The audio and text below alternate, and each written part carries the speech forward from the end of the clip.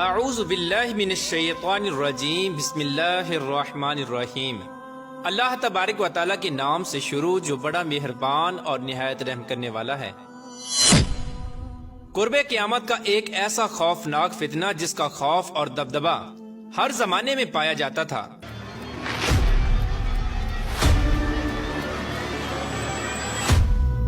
اس فتنے کا ذکر اگر صحابہ کرام کی مجلس میں ہو جاتا تو صحابہ کرام زاروں کی طرح رونے لگ جاتے اور اللہ تبارک و تعالیٰ کی پناہ مانگا کرتے۔ پیارے دوستو، آج کی اس ویڈیو میں ہم بات کریں گے کائنات کے سب سے بڑے فتنے کی، یعنی دجال کی، کہ دجال کون ہے اور دجال حقیقت میں کس شخصیت کا نام ہے، اور دجال کی پیدائش کب اور کیسے ہوئی، اور دجال کے ماں باپ کون ہیں، اور کیا حضور پاک صلی اللہ تعالی علیہ وآلہ وسلم کے زمانے میں بھی دجال موجود تھا، اور دجال اس وقت کہاں ہے، اور دجال اس دنیا کے اندر کب ظاہر ہوگا۔ پیارے دوستو، ان تمام تر سوالات کے جوابات قرآن و حدیث کی روشنی میں آج کی اس ویڈیو میں ہم آپ کو بتائیں گے، لہٰذا آپ سے گزارش ہے کہ ہماری اس ویڈیو کو اینڈ تک ضرور دیکھیے گا۔ پیارے دوستو، حضور پاک صلی اللہ تعالی علیہ وآلہ وسلم نے ارشاد فرمایا کہ قیامت اس وقت تک قائم نہ ہوگی جب تک دجال اس دنیا میں ظاہر نہ ہو جائے۔ دجال کی ظاہری نشانیاں اور شکل و صورت کے بارے میں حضور پاک صلی اللہ تعالی علیہ وآلہ وسلم نے ارشاد فرمایا کہ دجال چھوٹے قد کا ہوگا اور وہ بد صورت ہوگا، اور وہ ایک آنکھ سے اندھا ہوگا، اس کے دونوں پاؤں ٹیڑھے ہوں گے، اور اس کے جسم میں بہت زیادہ بال ہوں گے، اس کے سر کے بال گنگریالے ہوں گے، اور اس کا رنگ سرخ یا گندمی ہوگا، اور اس کی ناک طوطے کی چونچ جیسی ہوگی۔ اور دجال کی سب سے واضح نشانی یہ ہوگی کہ اس کے ماتھے پر کاف فا را لکھا ہوگا، جس کو ہر مسلمان پڑھ لے گا، چاہے وہ پڑھا لکھا ہو یا ان پڑھ ہو، لیکن کافر اور فاسق اس کو نہ پڑھ سکیں گے۔ پیارے دوستو، دجال جب اس دنیا کے اندر ظاہر ہوگا تو لوگوں کے سامنے پرہیزگار بن کر رہے گا تاکہ لوگ زیادہ سے زیادہ اس کی اتباع کریں، لیکن اندر سے یہ کافروں کی طرح ظالم ہوگا۔ دجال سب سے پہلے نبوت کا دعویٰ کرے گا، جب اس کے ماننے والوں کی تعداد زیادہ ہو جائے گی تو یہ خدائی کا دعویٰ کر دے گا۔ دجال ایک بہت بڑی سواری پر سوار ہو کر پوری روئے زمین میں گردش کرے گا۔ وہ سواری اتنی بڑی ہوگی کہ اس کی دونوں آنکھوں کا درمیانی فاصلہ 40 گز ہوگا۔ پیارے دوستو، دجال کے پاس بے شمار طاقت اور بے شمار مال و دولت اور خزانے ہوں گے۔ اس روئے زمین کی زیادہ تر نہروں پر دجال کا قبضہ ہوگا، اس کی اجازت کے بغیر کوئی بھی پانی نہ پی سکے گا۔ یہ لوگوں کو گمراہ کرنے کے لیے طرح طرح کی شعبدہ بازیاں دکھائے گا۔ یہ آسمان کو حکم دے گا تو وہ بارش برسائے گا، اور زمین کو حکم دے گا تو وہ سبزہ اگائے گی۔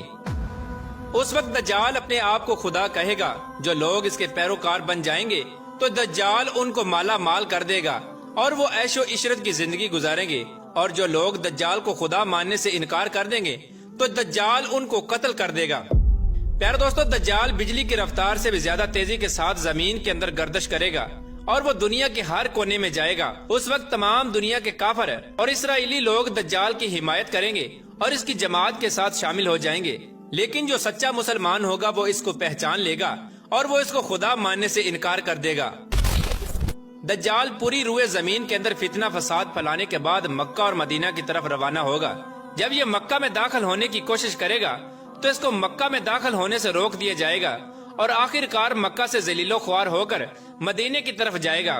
اس وقت مدینہ منورہ کے 7 دروازے ہوں گے، اور ہر دروازے پر اللہ تبارک و تعالیٰ کی طرف سے ایک نگہبان فرشتہ مقرر ہوگا جو اس کو مدینہ میں داخل نہیں ہونے دے گا۔ اس طرح دجال مکہ اور مدینہ کے باہر کھڑا ہو کر ایک خوفناک چیخ مارے گا۔ اس وقت مکہ اور مدینہ کے اندر جو لوگ بھی منافقین ہوں گے وہ یہ آواز سن کر مکہ اور مدینہ سے باہر نکل آئیں گے اور دجال کے گروہ میں شامل ہو جائیں گے۔ پیارے دوستو، دجال 40 دن تک اس دنیا کے اندر رہے گا، اور بالآخر حضرت امام مہدی علیہ السلام اور حضرت عیسیٰ علیہ السلام کے ساتھ اس کا مقابلہ ہوگا۔ اس وقت دجال کا لشکر دنیاوی اسباب کے اعتبار سے مسلمانوں سے مضبوط ہوگا۔ اس وقت مسلمانوں اور دجالی گروہ کے درمیان ایک بہت بڑی جنگ ہوگی۔ اس جنگ کے اندر دجالی ہار جائیں گے اور دجال کے لشکر کو بہت بڑی ہار کا سامنا کرنا پڑے گا۔ اس وقت دجال حضرت عیسیٰ علیہ السلام سے ڈرتے ہوئے فلسطین کی طرف بھاگے گا، اور حضرت عیسیٰ علیہ السلام اس کا پیچھا کرتے ہوئے اس کو مقام لد پر پکڑ لیں گے اور اللہ تبارک و تعالیٰ کے حکم کے ساتھ دجال کو قتل کر دیں گے۔ پیار دوستو، اب بات کرتے ہیں کہ دجال کون ہے اور اس کے ماں باپ کون ہیں۔ دجال کی پیدائش کے متعلق مختلف روایات ملتی ہیں، جیسا کہ رسول پاک صلی اللہ تعالی علیہ وآلہ وسلم کے دور کی بات ہے کہ جب مسلمان مکہ سے مدینہ کی طرف ہجرت کر رہے تھے تو انہی دنوں میں مدینہ کے اندر ایک یہودی عورت نے ایک بچے کو جنم دیا جو پیدائشی کانا تھا۔ یہ بچہ پیدائش کے اعتبار سے عجیب الخلقت تھا۔ بچپن میں یہ مدینے کے اندر بچوں کے ساتھ کھیلا کرتا تھا، لیکن آہستہ آہستہ یہ بچہ مشہور ہونے لگا اور اس نے مدینے کے اندر اپنے اوپر وحی یا القاء آنے کا دعویٰ کر دیا، اور یہ بچہ لوگوں کے ساتھ عجیب و غریب اور پر اسرار باتیں کرنے لگا۔ جب اس کی ماں کو اس بات کا علم ہوا تو اس کی ماں حضور پاک صلی اللہ تعالی علیہ وآلہ وسلم کے پاس آئی اور اپنے بیٹے کا سارا حال حضور پاک صلی اللہ تعالی علیہ وآلہ وسلم کو بتایا، اور اس بچے کی ماں حضور پاک صلی اللہ تعالی علیہ وآلہ وسلم سے یہ گزارش کرنے لگی کہ آپ اس کا معائنہ کریں کہ یہ کیا کر رہا ہے۔ ایک دن حضور پاک صلی اللہ تعالی علیہ وآلہ وسلم صحابہ کرام کے ہمراہ اس بچے کا معائنہ کرنے کے لیے اس کے گھر کی طرف روانہ ہوئے تو آپ نے رستے میں اس بچے کو انصاری بچوں کے ساتھ کھیلتے ہوئے دیکھا۔ اس بچے کا نام ابن سیاد تھا۔ اس وقت حضور پاک صلی اللہ تعالی علیہ وآلہ وسلم کے ساتھ عمر ابن خطاب رضی اللہ تعالی عنہ اور دیگر صحابہ کرام بھی موجود تھے۔ اس وقت ابن سیاد بلوغت کے قریب تھا لیکن جوان نہیں ہوا تھا۔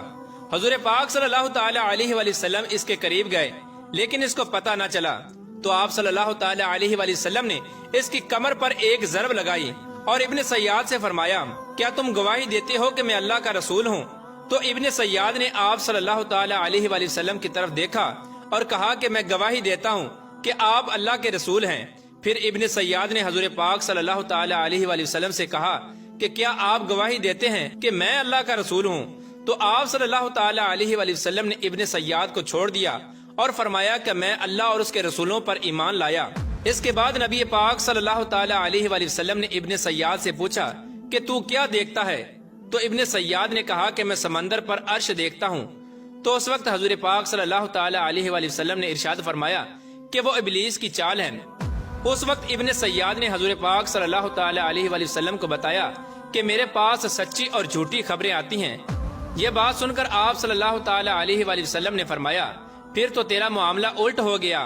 اس کے بعد حضور پاک صلی اللہ تعالی علیہ وآلہ وسلم نے ابن سیاد سے فرمایا کہ میں نے تیرے لیے ایک چھپانے والی چیز چھپائی ہے۔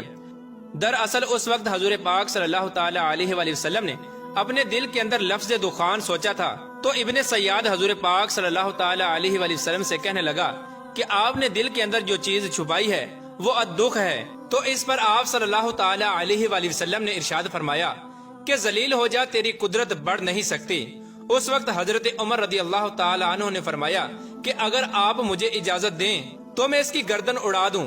اس وقت حضور پاک صلی اللہ تعالی علیہ وآلہ وسلم نے ارشاد فرمایا کہ اسے چھوڑ دو، اگر تو یہ سچا ہے تو اسے قتل نہیں کر سکتا، اور اگر یہ جھوٹا ہے تو اسے قتل کرنے میں کوئی بھلائی نہیں۔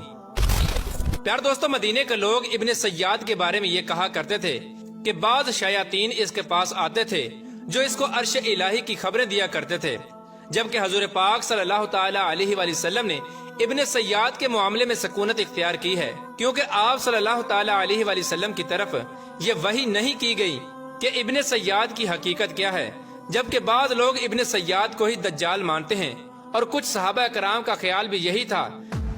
اور ایک دوسری روایت میں ملتا ہے کہ حضرت عمر رضی اللہ تعالی عنہ حضور پاک صلی اللہ تعالی علیہ وآلہ وسلم کے سامنے ابن سیاد کو دجال کہا کرتے تھے، لیکن آپ صلی اللہ تعالی علیہ وآلہ وسلم نہ ہی اس بات کا اقرار کرتے اور نہ ہی اس بات کا انکار کرتے۔ پیارے دوستو، ابن سیاد کے اندر ایسی بہت ساری نشانیاں موجود تھیں جو کہ دجال کی نشانیاں تھیں۔ یہی وجہ ہے کہ اس دور کے اندر صحابہ کرام بھی ابن سیاد کو دجال کہا کرتے تھے، اور بعض مفسرین کا یہ کہنا ہے کہ ابن سیاد ہی وہ شخص ہے جو قرب قیامت میں دجال بن کر ظاہر ہوگا۔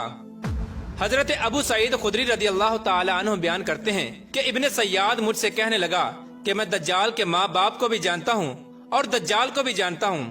تو اس وقت حضرت ابو سعید خدری رضی اللہ تعالی عنہ نے ابن سیاد سے کہا کہ کیا تو اس بات کو پسند کرتا ہے کہ تو ہی دجال ہو؟ تو اس وقت ابن سیاد نے کہا کہ اگر مجھے دجال بنایا گیا تو میں اس بات کو ناپسند نہیں کروں گا کہ میں دجال بنوں، یعنی کہ میں دجال بننا پسند کروں گا۔ پیارے دوستو، بعض مفسرین کا کہنا ہے کہ ابن سیاد دجال نہیں کیونکہ یہ بعد میں ایمان لے آیا تھا، بلکہ دجال حضرت سلیمان علیہ السلام کے دور میں جنات اور انسانوں کے ملاپ سے پیدا ہوا تھا اور اس کے ماں باپ کو قتل کر دیا گیا تھا اور دجال کو ایک جزیرے کے اندر قید کر دیا گیا، اور یہ انسانوں اور جنات کے ملاپ سے پیدا ہونے والا بچہ یعنی دجال آج بھی اسی جزیرے کے اندر قید ہے، اور اس کے ساتھی شیطان اس کو ہر بات کی خبر دیتے ہیں۔ دجال کی پیدائش کے بارے میں حضرت امام زرقانی رحمت اللہ تعالی علیہ بیان فرماتے ہیں کہ دجال وہ فتنہ ہے جس کو اللہ تبارک و تعالی نے اس وقت پیدا فرمایا جس وقت حضرت آدم علیہ السلام کو جنت سے نکالا گیا تھا، اور دجال کو بنا ماں باپ کے پیدا کیا گیا، اس کا کوئی ماں باپ نہیں۔ پیار دوستو، حقیقت تو یہ ہے کہ دجال قرب قیامت میں ظاہر ہوگا، اور اس کی جو نشانیاں ہوں گی وہ واضح طور پہ حضور پاک صلی اللہ تعالی علیہ وآلہ وسلم نے اپنی احادیث کے اندر بیان فرمائی۔ لیکن یہ دجال کہاں ہے، اور یہ کہاں سے آیا، اور یہ کیسے پیدا ہوا، اور اس کے ماں باپ حقیقی طور پر کون ہیں، اس کے بارے میں کسی کو کوئی علم نہیں۔ اس کا علم صرف اللہ تبارک و تعالیٰ کے پاس ہے۔ اللہ تبارک و تعالیٰ بہتر جانتا ہے کہ دجال حقیقت میں کون ہے اور یہ کیسے پیدا ہوا۔ اللہ تبارک و تعالیٰ سے دعا ہے کہ اللہ تبارک و تعالیٰ اپنے پیارے حبیب حضرت محمد مصطفیٰ صلی اللہ تعالی علیہ وآلہ وسلم کے صدقے ہمیں دجال کے فتنے سے بچائے اور ایمان کی سلامتی کے ساتھ ہمیں جینا مرنا نصیب فرمائے۔